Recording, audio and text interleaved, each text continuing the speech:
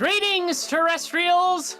The date is April 21st, 2022. The Earth is in retrograde, and these are some strange times indeed. You, of course, are watching Strange Times Indeed with Cliff McCallister. I, of course, am your host, Cliff McCallister, the Czar of the Bizarre. Every week on this show, we take your calls to hear about the unexplained, be it extraterrestrials, cryptids, interdimensional beings, ghosts, specters, and ghouls. If you can't name it, we want to hear about it. So join us right here on Strange Times Indeed with Cliff McCallister every Thursday. Well, not every Thursday anymore. We're going to be doing it every other week, but more on that later in the show. Sometimes you just get on the riff and you forget that you've got to go over logistics at some point in the evening. So there you go. Welcome one and all to Strange Times Indeed with Cliff McCallister. If you're joining us, let's get a yip in the chat.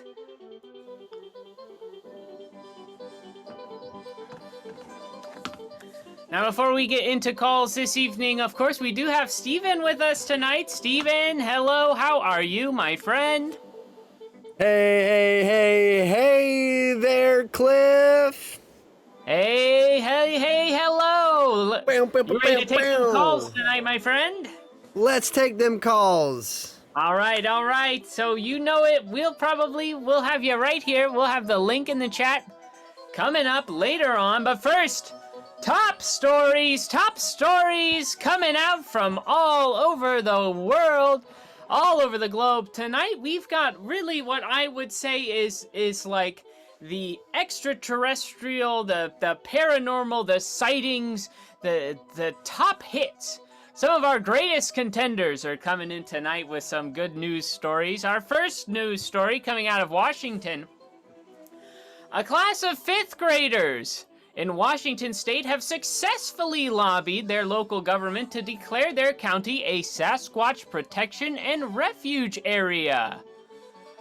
That's right. Here is very exciting information. Here's what they say. According to their teacher, Andrea Andrews, the students were tasked with debating whether or not Bigfoot was real and hadn't been discovered yet, or if it was just a big bear that people had been misidentifying, which sparked some healthy debate within the class, and they were kind of split down the middle as to whether or not Bigfoot actually exists or if Bigfoot is a bear, just a big misidentified bear walking on its hind legs.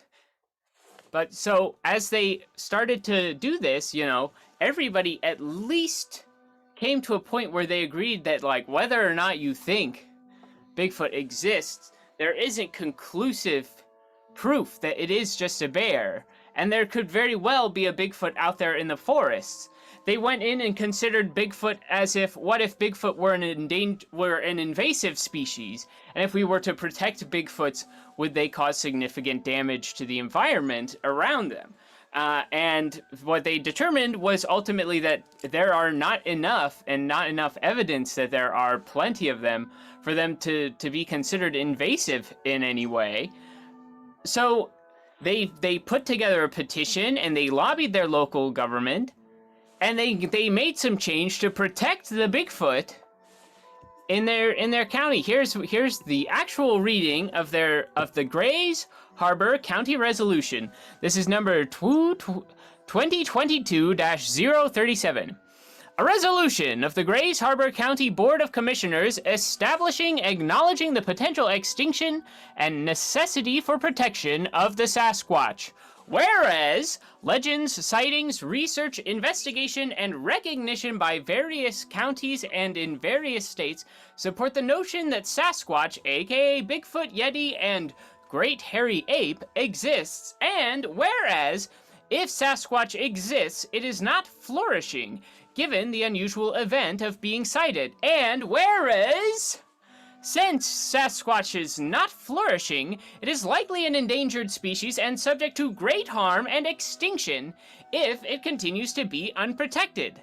Now, therefore, Therefore, be it hereby resolved by the Board of Commissioners of Grays Harbor County and that Grays Harbor County is hereby declared a Sasquatch protection and refuge area, of which all citizens of the county are asked to recognize and honor.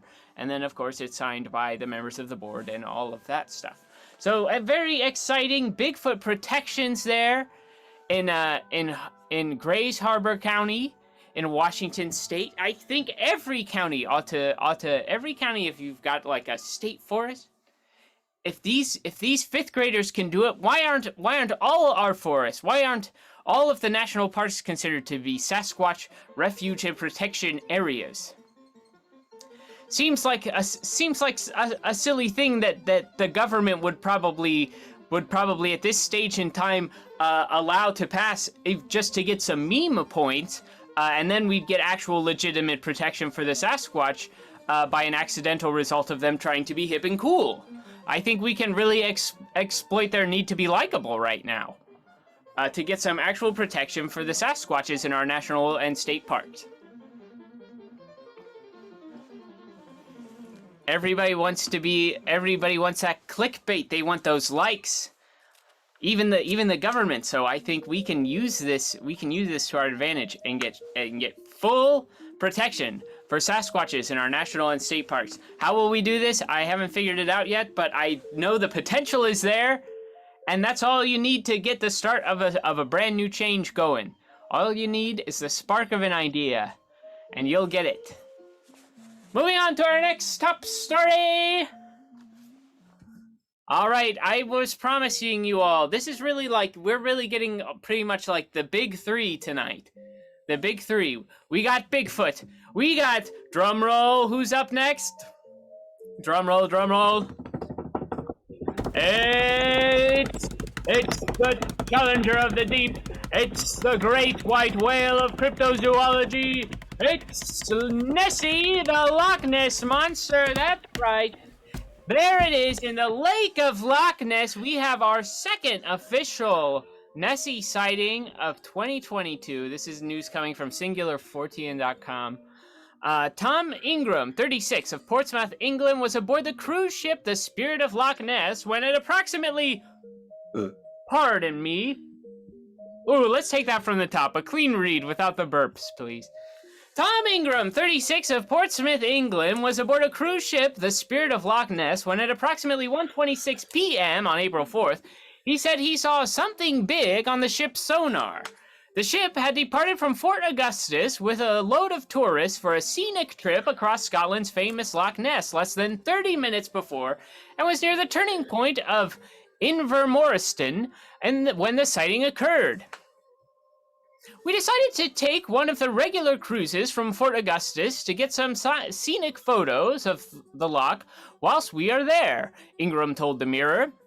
At around the halfway point, just off Invermoriston, we were alerted to the strange shape forming on the sonar. At first, we thought it was part of the cruise, something for the tourists, but it quickly became apparent that what we were looking at was in real time. I'd class myself as open-minded about the existence of Nessie, and of course, we are aware of the myth, but to actually see something big on the sonar like that took us both by surprise. At first, we were excited, and then puzzled to what we had seen, he added. It certainly adds to the mystery. In the photograph taken by Ingram, which you can see on SingularFortean.com's news feed, in the photograph taken there, a roughly 30-foot long object can be seen at depths of about 410 feet. This is a sonar image, so you can't really see like a definitive like Nessie image on it. You're just getting the sonar ping of something that is approximately 30 feet long and 410 feet in the depths of the lake.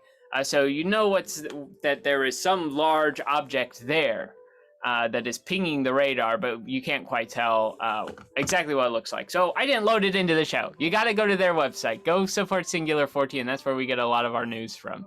And I read from their stuff like verbatim. And sometimes I wonder, is that ethically okay? Well, I credit them, so hopefully that's kosher. We're spreading the good news of cryptozoology either way. So there it is. Check that out there. That you can read more about that sighting and also information about the first sighting that occurred earlier this year on their website as well.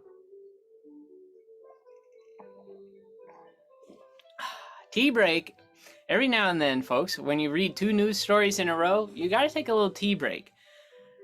If you were to work in a situation in which there were like live morning news occurring, you know why there's multiple anchors? It's so one person doesn't have to talk the entire time. And they can split it up and they can take little breathers. We don't have that luxury here, so we all get to enjoy our little moments of stopping to sip some tea together. So whatever you got near you, this is a good reminder for you out there on this lovely planet Earth. Take a little moment to just to hydrate. If you don't have tea or you don't have water with you, go and get some. Why aren't you hydrating? It's 2022. We're trying to be better about this. Go grab something to drink. And we will be right here. That's not a cue to go to break or anything. Just sit and enjoy your tea. Steven, do you have something to drink over there? Well, I don't have tea, but I have water. There you go. Water, nature's tea.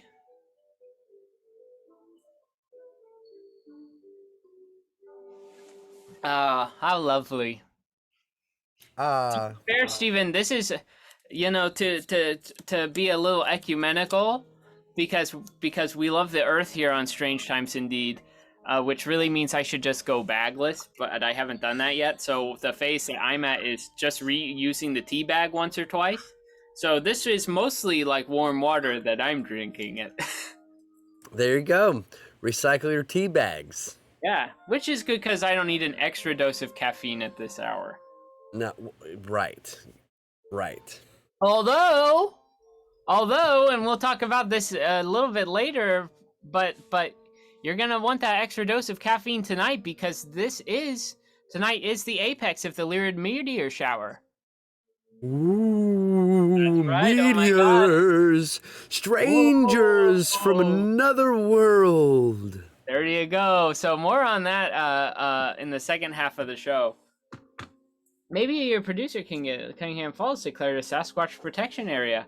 We'll see. I think she's getting pretty popular there with that Sasquatch sweater that she has.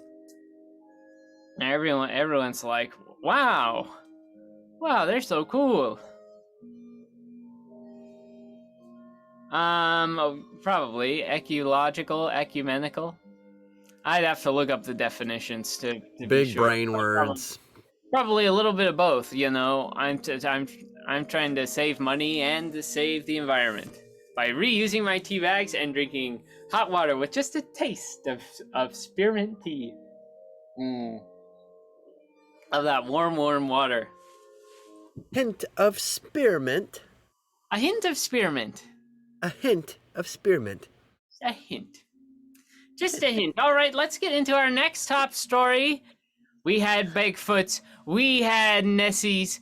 Now let's get ready because it is time for the final piece of the paranormal triad here. I mean, I guess if you were to really be like a triad, it's probably UFOs, ghosts, and cryptids. So it would be Bigfoot, ghosts, and UFOs. But for our big popular ones, our big popular paranormal ones that you get like the Leonard Nimoy specials about, we got Sasquatch, we got Nessie, and now we've got new UFO documents that have been declassified and released to The Sun, the British tabloid. Now, this is, I guess, the thing that's kind of a pain in the butt is they put out the FOIA request for all those things, and I have yet to find where the official list of these 1,500 pages of documents are organized, unless they're organized specifically for them. And the other documents are out there. You just have to do some digging to find them. But one of them that is out, and one of them that I think is pretty interesting, is this unclassified report that is called Anomalous Acute and Sub-Acute Field Effects on Human Biological Tissues. Basically, what this document summarizes is the effects of. Oh, let's get the thing in the next tab. There we go. Okay.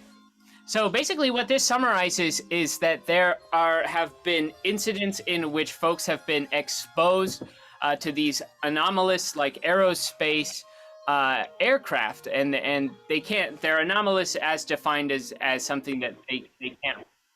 It's irregular. It's something that is not a like U.S. government known aircraft, and the folks who have been exposed to this and the different sorts of physical ailments that they have experienced as a result of this. Here's a little excerpt from the summary in the preface here.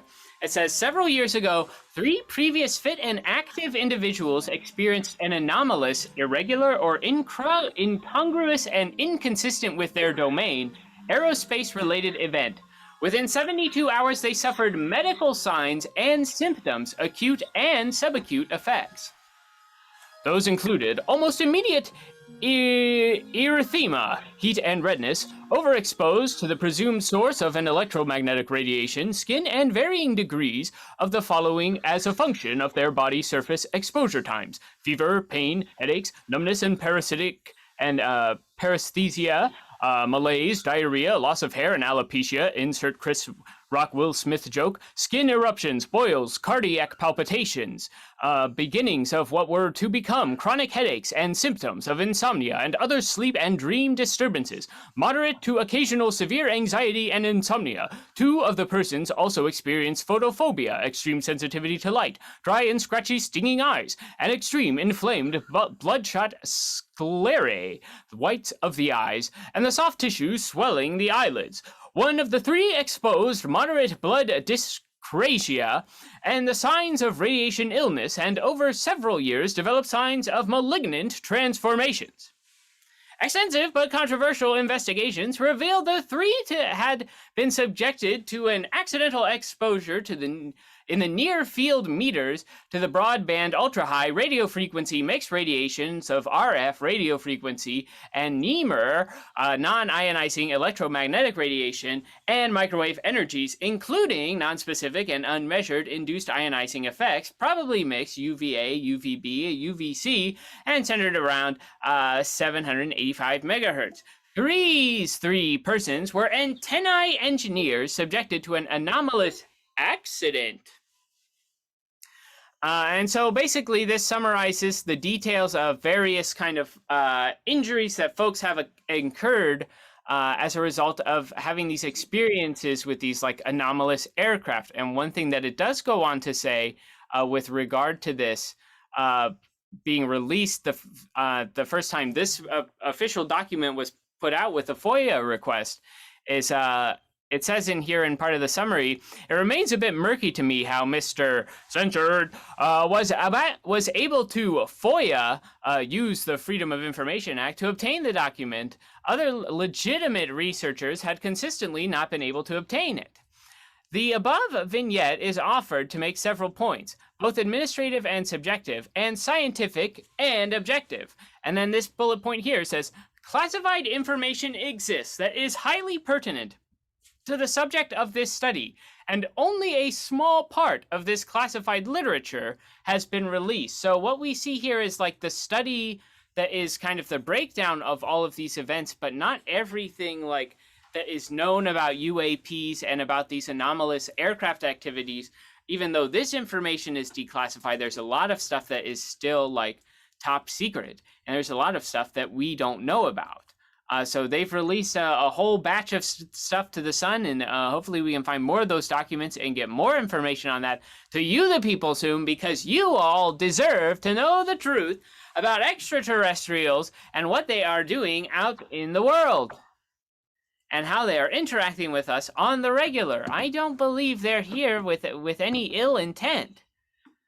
What I do believe, and I think this makes sense, whatever they are and whatever is bringing this in, there is this certain amount of radiation and radio frequency to their technology and their equipment that may be detrimental to us in some ways. And part of that may explain why they're keeping a distance.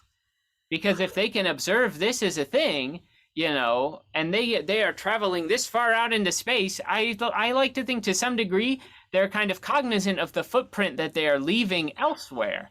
If you're able to leave beyond your own planet and travel this far, there's I think got to be some understanding of humanity in some degree to start moving around out there. Now, I could be wrong. Some people could just, there could be some angry extraterrestrials out there, but I think if they were out there, they would be here to cause us harm, and they would be actively doing it in a more intentional manner than just kind of like subtle like radiation poisoning and stuff. Like I think there would be something a little more prominent than that. I think it's just the differences in the technology and the wavelengths that they are operating on, especially if they're capable of some sort of interdimensional travel or some sort.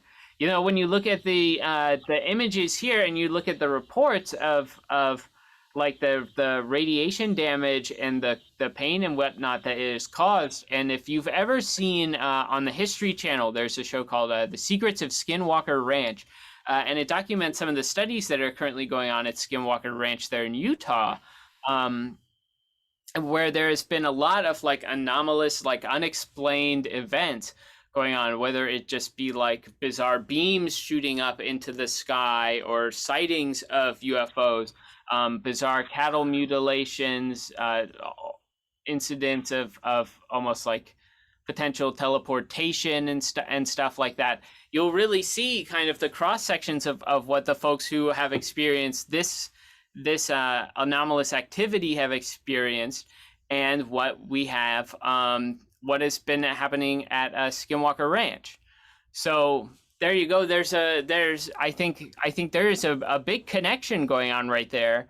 If you look at that and some of the stuff that they're talking about in the first episode, because they're really looking at this property from a scientific perspective, and they're studying like the radio frequencies across the property and the bizarre like physical like troubles and ailments that people having occurred just from kind of working in that space. So a lot of overlap there, and I think there's a lot to be discovered from these UFO studies. I'm really looking forward to reading more about it. Now, we've got a quick logistical note, and I see Isaac in the chat. We'll put the Zoom link in there. We'll save you for after the break. So we got a quick logistical thing, then we'll go to break, and we'll get you in here on Zoom. Just some quick news for those of you at home who are big fans of Strange Times Indeed with Cliff McCallister. For the past almost 2 years, 2 years and 1 month, 2 years and 1 year and 11 months, almost 2 full years. We've been doing this show every Thursday at 9 o'clock, give or take. Like every now and then, I got to take a week off. What we are going to start doing, good, more people are here for the logistical part of the show.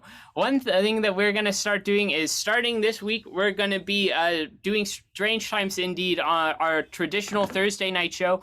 We're doing it bi-weekly, so we're going to do this week, and then we'll take next week off, and then the following week we'll be right back on. So we'll be right back here. That way we can just kind of balance this project a little more and give it a little more kind of intentionality to our Thursday night show, but then utilize some of that extra time and extra energy to invest in doing other things with Strange Times Indeed, creating more like physical art for the show, doing like video game streams on other nights. This is going to, by giving us a bi-weekly schedule, give us a little more flexibility to do some more stuff here in the world of Strange Times Indeed. So I'm really excited to utilize that a little more, and to just kind of break up the show a little bit.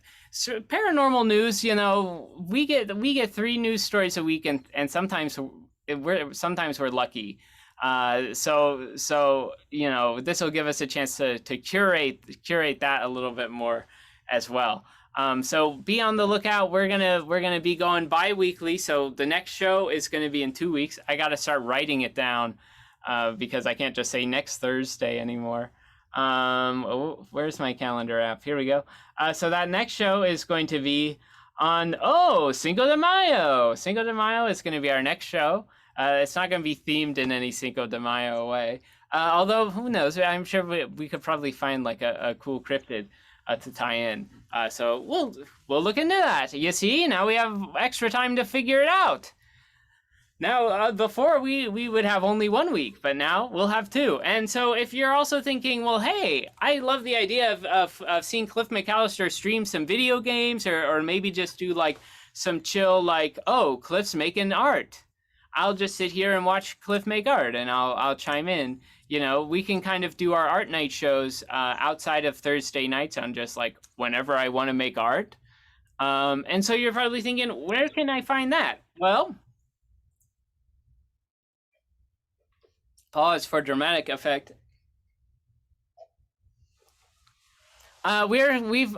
We've created a new Twitch feed.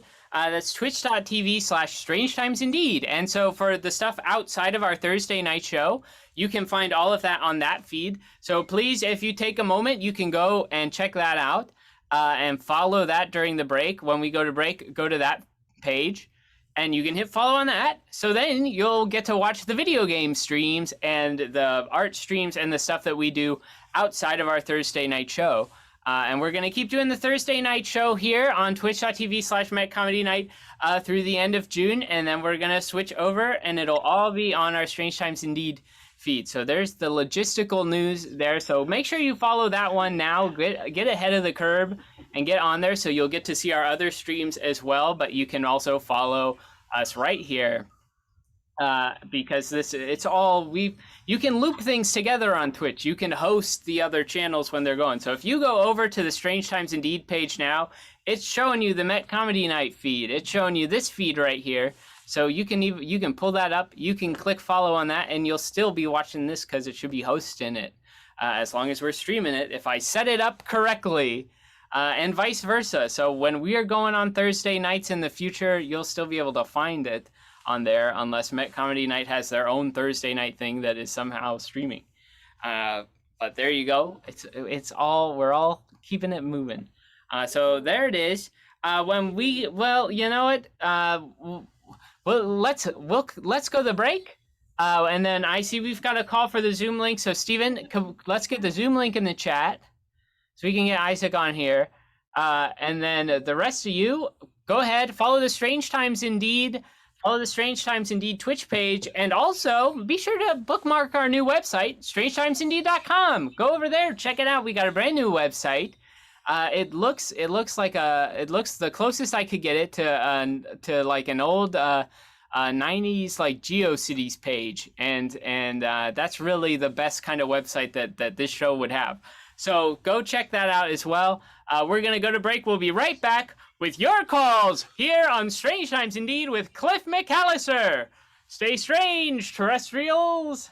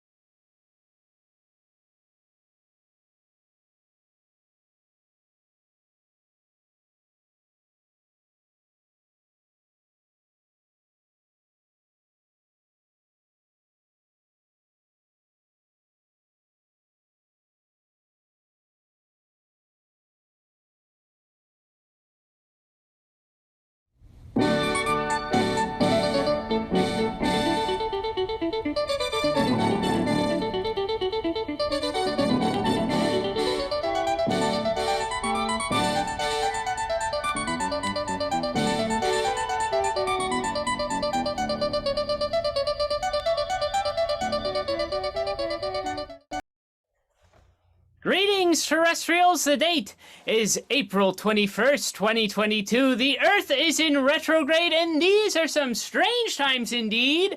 You, of course, are watching Strange Times Indeed with Cliff McCallister, the Czar of the Bizarre. I, of course, am Cliff McCallister, Czar of the Bizarre, Swamp Creature, and Space Gal. Here we are. Every week on the show, we take your calls to hear about the strange and unexplained, ghosts, extraterrestrials, cryptids. If you can't name it, we want to hear about it, and we've got a caller on the line right now. Isaac, let's bring Isaac up, please. And Isaac, welcome to Strange Times Indeed. How are you tonight? Hi, I'm good. How are you? I'm doing well. Isaac, what do you have to share with us today? Yeah, so I had kind of I had a chance encounter with an older gentleman this week who was about just shy of 80. And he asked me where I was from, and I said Washington, D.C. And he goes, "Oh, I haven't been to Washington, D.C. since I saw a UFO and they hauled me in for questioning." And I was like, "What?" Yeah. Yeah. I was in the position where I'd already been talking to him for a couple hours, and then this just like falls out of the sky. I was like, okay, cool. Like, what are we talking about? So the story he tells me is that it was March of 1960, and I'm so embarrassed. I already have my retainers in. I'm like all cozy for the night, listening to Strange Times. So I really hope it's not impacting my speech that much. But You're doing great. Okay, thank you. Because I can like feel it. So it was Goshen, Connecticut. It was around 1 a.m. in March on, some evening. And him and his girlfriend were parked. He was like, we were parking. And so they were parked in the woods. Okay. Yeah. Parking And in the woods. they said that very suddenly everything lit up, like outside the car lit up, the inside of the car lit up. And he was like, it scared the crap out of us. Like we thought it was the cops. And so they look and they see about 2 miles away, hovering over a golf course, they see a UFO. And he says, it looks exactly how you picture a flying saucer to look. He goes, it is large, circular, has lights all over the sides, and then like a lit up dome on top. And he was like, it looked like there was stuff moving around inside from like the shadows and everything. Right. And like he saw it, his girlfriend at the time saw it, and he said it was there for about 7 minutes, and then it flew away at quote 12,000 miles an hour. He was like, it was so fast, like it just disappeared. Yeah. And he said the really strange thing was there was about 4 inches of snow on the ground at that point, and he said that where the spacecraft had been hovering over the golf course had left like a perfect, like essentially a crop circle, but like it had melted the snow. And he goes, it melted the snow, even the grass came back, like the grass was green where the UFO over, like under where the UFO had been. Whoa. Yeah. And so he says that there were 7 people who were privy to the event, including him and his girlfriend. And he goes, yeah, we were all hauled down to Washington separately for questioning. Like they kept us separate. They did not ask us any questions in the same room. And it, like, the thing that was interesting about the story was the amount of detail he had. Like he said that the questioning was, I don't know if it was done by or supervised by a man named Colonel Ruppel. Like he kept saying like, and he even spelled it. He goes, Ruppel, Rupple. And I was like, I'm writing this down. So yeah. And so it was supervised by a man named Colonel Ruppel. And it was interesting because he was like, yeah, the government and the CIA, like it was around that time where they started having like what is it, a government faction or whatever for like, investigating the paranormal and stuff. And I didn't say it, but I was like, yeah, Project Blue Book, like that stuff. So I was like, yeah. But the thing that cracked me up was that he goes, they asked me, was I scared? And I said, no. And they were surprised. They were like, why weren't you scared? And so he says, why would I be scared? They should be scared. I live here. I know where I am. They don't know where they are. And it was thank you. Very endearing. And we were talking about it, like talking about aliens and stuff. And he's telling me, he's like, you know, going back thousands and thousands of years, you see these like renderings from different societies. And he's like, I think aliens have been visiting us for a long time. He goes, I don't think they're a threat. I think they're just nosy, you know? Yeah. And then we were talking about, it was interesting because he was like, yeah, you know, I think the reason they don't come off the ships is because like maybe they can't live in our atmosphere. You know, he was like, we don't know what they're made of, or if they're, you know, or if they're like us, or if they're born a different way. So like essentially what he was saying, he was like, we don't know if they're even like humanoid or not. But it was a fascinating story. And I love that. I feel like my superpower is just like talking to strangers. They'll just tell me like anything. And so I was like, this is amazing. I had such a good time talking to him. And I was like, oh, thank you so much. And then he like proceeded to tell me that his next door neighbor was like previously on the Buffalo Bills with OJ Simpson. And he like swore up and down that he was a nice guy. And it was like really weird. I was like, oh, wow. All right. Yeah. This man has lived a life. Yeah. This is All is right. the one relevant story I got from him, but it was a very, very endearing, very fulfilling conversation. So yeah, I was like, where? Because literally the story finishes and I go, I'm sorry. I was like, where was it? Where was it in Connecticut? Goshen, Connecticut. So I'm gonna do some Googling and see if I can find anything about it, because he said that like a few years ago there was something about it in the paper, but then he couldn't find anything else. He was like, our names weren't listed or anything. But yeah, I like straight up believe this guy saw a UFO. Yeah, absolutely. Well, Isaac, you got to look into that and file an investigative report once you get more information. We Okay. gotta figure out who this Colonel Ruppel is. Yes. I will keep the group abreast. I started writing stuff down because I was like, I have to call him Strange Times. This is the best. Absolutely. Well, Isaac, anything else to share with us tonight? No, I don't think so. I just got my coat. Oh, Yeah, she's not super interested, but what a she's sweetheart. my little buddy. So yeah, we're good. All Everything is- right. Well, Isaac, thanks so much for joining us here on Strange Times Indeed with Cliff McCallister. Stay strange. Have a wonderful night. Yeah, stay strange. Bye. Bye. What an incredible story. I cannot wait to hear more about Colonel Ruppel and what has been going on with these UFO investigations from so far ago, and specifically this sighting. Incredible stuff. Now, one thing we do want to talk about. This sighting makes you want to go parking. Yeah, a little. Just in case you see a little UFO, it makes you want to go parking. So you know, maybe you'll spot something. Park near a golf course if you're parking. Park the car near a golf course, and then you'll get park golf courses. Golf courses. Maybe on a meteor shower night. Overall, kind of a waste of space, but there's no trees where there once were to block your view of the sky, so you can at least see any extraterrestrial craft that may come by, and knock in a hole-in-one in the middle of the night. And maybe you'll knock in a hole-in-one while you're parking. And park it up. That was dirty. All right, okay, all right. Woo! How about that? Whoa, that's a hot one tonight. It's a hot one tonight. Hey, speaking of hot ones, if you enjoyed some of the stuff here at Met Comedy Night on Twitch, then you've probably enjoyed some of the stuff at Met Comedy Night in real life. And in real life at Met Comedy Night this very weekend, tomorrow night, Oh Crit, the D&D Improv Show, is returning to the Maryland Ensemble Theater stage there at Met Comedy Night. Last week their show was about gay pirates. Folks, gay pirates are real in right now. If you have not been watching Our Flag Means Death, okay, what is wrong with you? So go watch that show, but also go watch Oh Crit. Go watch Oh Crit in Maryland Ensemble Theater. They are having a blast doing their D&D improv, and they got a brand new show tomorrow night. It's long-form improv infused with Dungeons & Dragons mechanics. Look, if you're watching things on Twitch, you're probably well familiar with that. It's probably right up your alley. Go see it.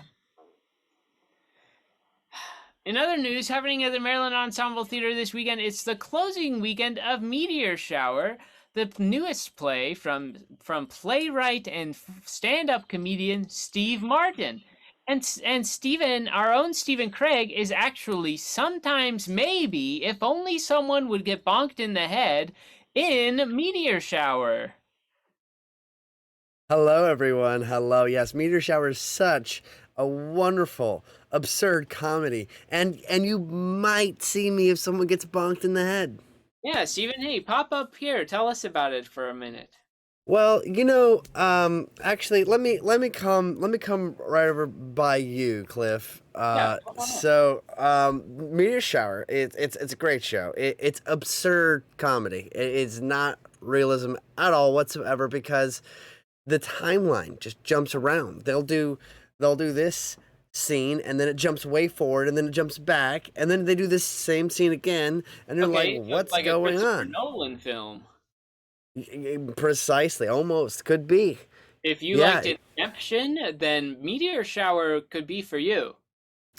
Exactly, and one of the there's kind of a spoiler, but the title kind of spoils it, or it's the thing about the show that happens. Okay. Would you be all right if I maybe shared a spoiler? Yeah, I don't care. I'm not in it. All right, well, let me know with the chat if you're extremely against a spoiler. Oh, you watched it with a friend? Okay, great. Thanks, Big Sack. Thank you, Big Sack. So I'm glad that you loved it. This is not a spoiler for you, but you'll know what I'm talking about. I think if you've seen the poster, though, it's probably not a spoiler. Yeah, if you've seen the poster kind of spoils it. But it's not like that a huge, a huge spoiler. Like, you don't know the plot, you just know a thing that happens. Well, I'll show you right here. I got it right here. So there's like a big oh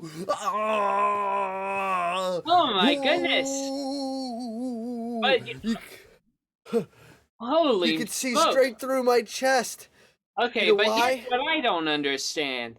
Now, you can do that with the help of visual effects here on Strange Times Indeed with Cliff McCallister because we're a really high-tech show, but how are you gonna poke a hole through a person on the human real-life stage? That's what you gotta buy a ticket for to find out.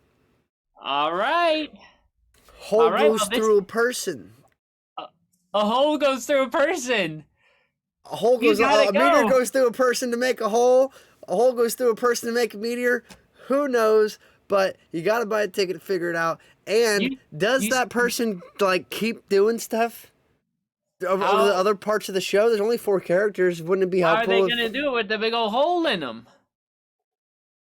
That's an excellent observation. I guess you gotta get your tickets to Meteor Shower in its closing weekend. Now, Steven, you are in it or you're not in it? Not in it. I am the understudy swing for both of the male identifying actors, or characters rather, and there's 2 couples. So essentially what's happening is there is a couple coming over to potentially sabotage another couple. That's what you figure out in the course of the play. And it's... now that does sound like a spoiler then. Oh, is it? Oh, hey, whoa! I said you're in rehearsals more than I am. You know what happens. I do know what happens. I know what happens for both of the people the whole time, where they're going, what they're saying. Yeah. Sometimes I just talk to myself while I'm practicing. Yeah. Well, that's great. Hey, Steven, I hope somebody gets bonked on the head some night so you get to show off your hard work for the crowd. I don't know. I don't want to wish. If you had to pick one person to bonk on the head, which one would it be? Are you trying to tell me I can bonk a person on the head, or are you trying to say which character would you rather play? Which character would you rather play where you bonk somebody on the head? See, the Gerald character is the very zany, crazy way out there character. Would be a lot of fun. But then again, can we get a taste of Gerald? Can we meet Gerald? Can we get a taste of that energy? I'm trying to think of something that's early on, not too not too far down. Yeah, you don't have to give a line. We'll just meet you like inside the actor's studio style, you know? Is Gerald in the room with us? Is Gerald. Gerald here? Can we summon Gerald? I'm not I'm not I'm not picking up a Gerald, honestly. All right, okay, no worries. I'm really not picking up a Gerald. That's all right. You weren't expecting the James Lipton interview. I feel like I brushed up on being ready every weekend, and this is the 5th weekend, and this week I was kind of like, I didn't really, Oh, yeah. This weekend you're like, I hope nobody gets bonked. knocking on wood now, but we'll see. And well, if it happens, you'll get it, and let us know. We'll blast it out on our Strange Times Indeed Instagram feeds and everything. So if it's not boosted out on one page, it'll be boosted out on ours because we got back our boy Steven when you're out there on stage. you will know. Cliff, I'll let you know. I'll let the producer Kevin know, and that's probably about it. I would just expect Strange Times to blast it out to the other people I know. I got some studying to do. I'm gonna go to the theater and warm up. Warm up the body. Warm up the vocal cords. All right, yes. Where goes vocal cords, Steven? You gotta get those vocal cords in your Unique, you Nork. Unique, me Nork. Noni nani noonie nork. Noogie googies. All right, everybody. So we've been talking about meteor showers. Well, would you know it? Tonight is going to be the apex of the Lyrid meteor shower. So if you're looking to see some meteors, it's going to be happening at peak levels tonight in what is technically tomorrow morning. Early Friday morning, like 2 a.m., that kind of time. You're going to get some peak meteor shower activity, but it's happening over the span of like 5 days. This is the peak night. But if it's cloudy tonight, you might still be able to catch it tomorrow, and you might be able to even catch a little bit on Saturday night if you're lucky. So you get out there with a telescope and something there to enjoy the Lyrid meteor shower. And to help you all do that, we're going to do a little meteor meditation here on Strange Times Indeed with Cliff McCallister. So let's just take Steven, can you give me 1 second to put up a thing so I can move around? Just give me a moment. Let's see where I've got the big button. We'll be right back. We're not going anywhere. Oh, there you go. Sure. Here's what we gotta do is I'll just hold this and then you're holding the thing. You see, here's the thing, everybody. This is such an advanced show now. We have so many looks and so many positions, but we don't have independent camera people to run everything. You're gone. You're disappeared. We can hear you. We can hear you. Great. Oh, hearing me is perfect, and not seeing me is perfect. While I get set up, just for the sake of visual smoothness. Don't bring me Meanwhile, enjoy some candles. Yes, and enjoy some lovely candles. Light a candle, if you will. Light a candle. Do you have candle? Or do you have candle? Is there a candle where you are? Maybe you light the candle. That candle.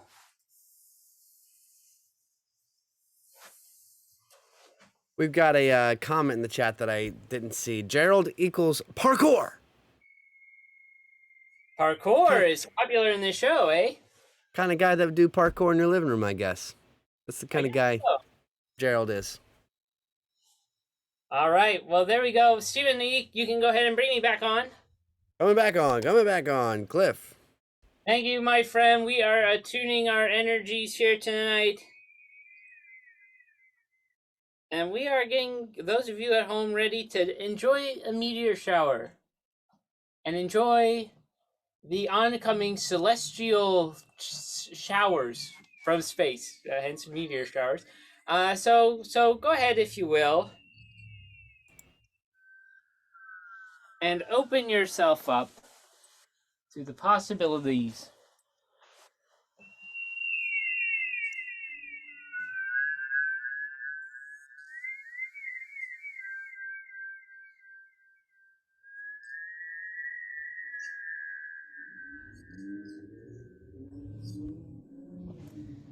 Plant yourself next to a window, or even if you can, I don't know, maybe download this as an MP3 or something. You people are high tech. And go outside.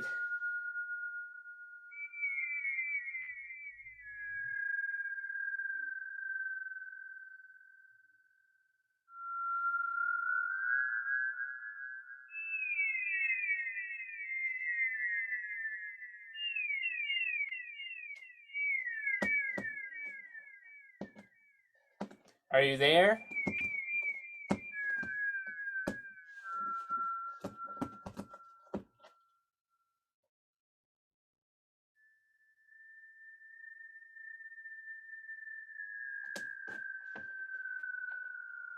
Look up.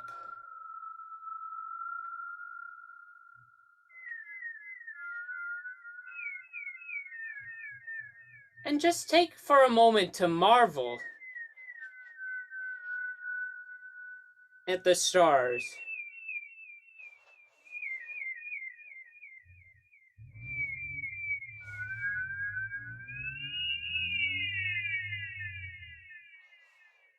And right here, sitting on Earth, on just a little rock floating through space, are you.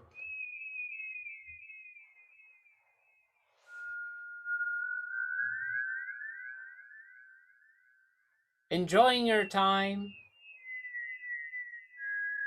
enjoying the fresh air.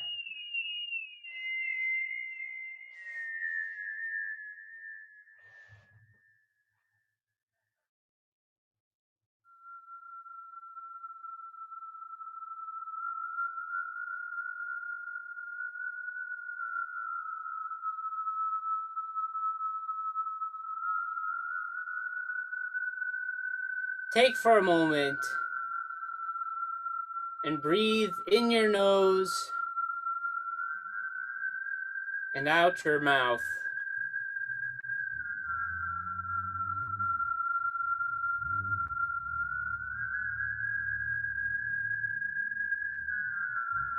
Do it repeatedly. Don't stop just because I didn't tell you to breathe the whole time. I trust you know how to keep breathing, so we're all just gonna do it together. And look up at the stars above you. Each one of them a light from years long, long ago. An unfathomable amount of time has passed since these stars shone that light that you are seeing tonight. Whatever has happened along those planets, around those stars that you are seeing, has long, long since finished. And likewise, any species looking at us and seeing our world now from so far away, they're not getting the live feed. They're way ahead of us. So let's make sure that we are enjoying this planet and taking good care of it, so that when they make their way here to see these people, somebody is sitting there waiting.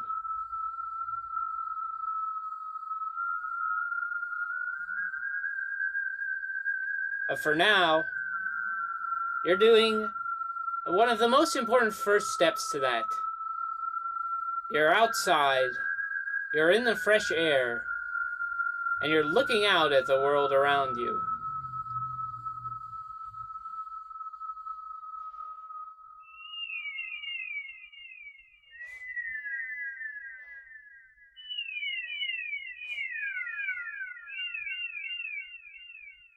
And for tonight,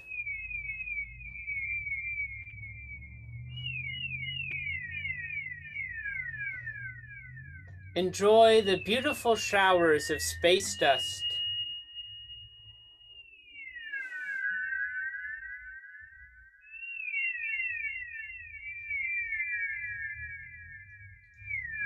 as they collide across the universe.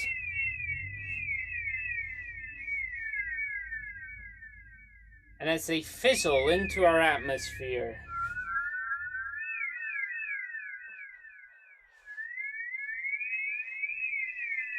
leaving a beautiful and wonderful vision in the sky for you to see and enjoy.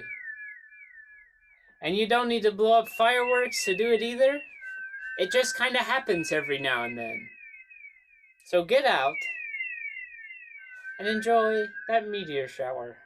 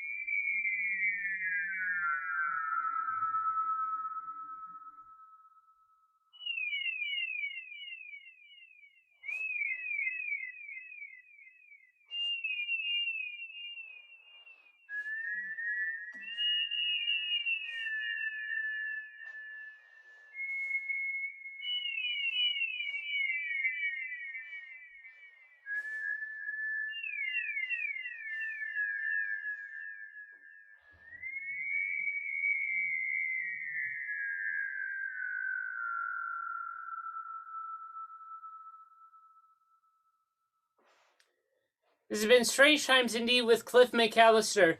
Thanks to everyone who tuned in tonight, everybody who chimed in the chat. Stephen, thank you so much for joining us. We hope Meteor Shower goes well, whether you're in it or not, of course. Be sure to check out O Crit tomorrow night at Met Comedy Night.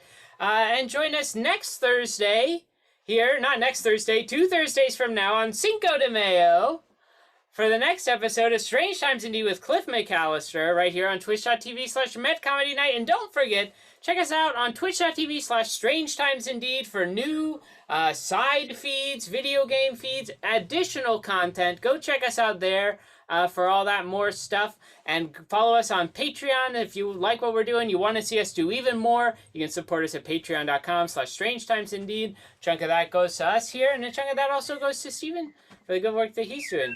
And so there you go. That's it. Those are all the plugs. Follow us on social media and all that jazz. Thanks so much for tuning in to Strange Times Indeed with Cliff McCallister. I, of course, have been your host, Cliff McCallister, the Czar of the Bizarre. Until next time, stay strange, terrestrials.